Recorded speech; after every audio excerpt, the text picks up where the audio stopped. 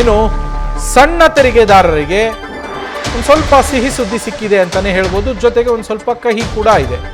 ಆದಾಯ ತೆರಿಗೆಯಲ್ಲಿ ವಂಚನೆಯನ್ನ ಮಾಡಿದ್ರೆ ಸಣ್ಣ ತೆರಿಗೆದಾರರು ಅವರಿಗೆ ಶಿಕ್ಷೆ ಇರೋದಿಲ್ಲ.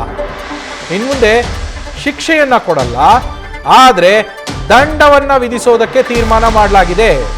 ಅವರಿಗೆ ಶಿಕ್ಷೆಯ ಬದಲಿಗೆ ಅವರು ಏನು ವಂಚನೆಯನ್ನ ಮಾಡ್ತಾರೋ, ಯಾವ ಟ್ಯಾಕ್ಸ್ ಅನ್ನ ಕಟ್ಟಬೇಕಿರುತ್ತೋ ಅದಕ್ಕೆ ದಂಡವನ್ನ ವಿಧಿಸ್ತಾರೆ. 10% ದಂಡವನ್ನ 10% ದಂಡವನ್ನ ವಿಧಿಸೋದಕ್ಕೆ ಕೇಂದ್ರ ಸರ್ಕಾರ ಈಗ ನಿರ್ಧಾರವನ್ನ ಮಾಡಿರೋದು.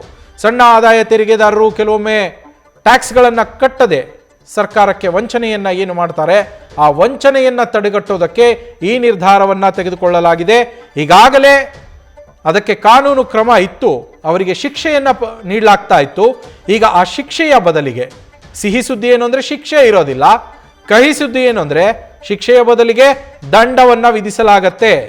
10% ದಂಡವನ್ನ ಅಲ್ಲಿ ನೀವು ಕಟ್ಟಬೇಕಾಗತ್ತೆ.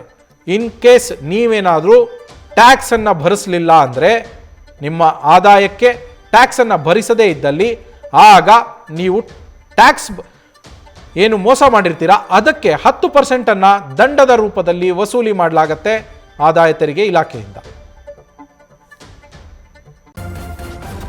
ನ್ಯೂಸ್ ಫಸ್ಟ್ ನಿರ್ಭೀತಿಯಿಂದ ನಿಮ್ಮ ಪರವಾಗಿ.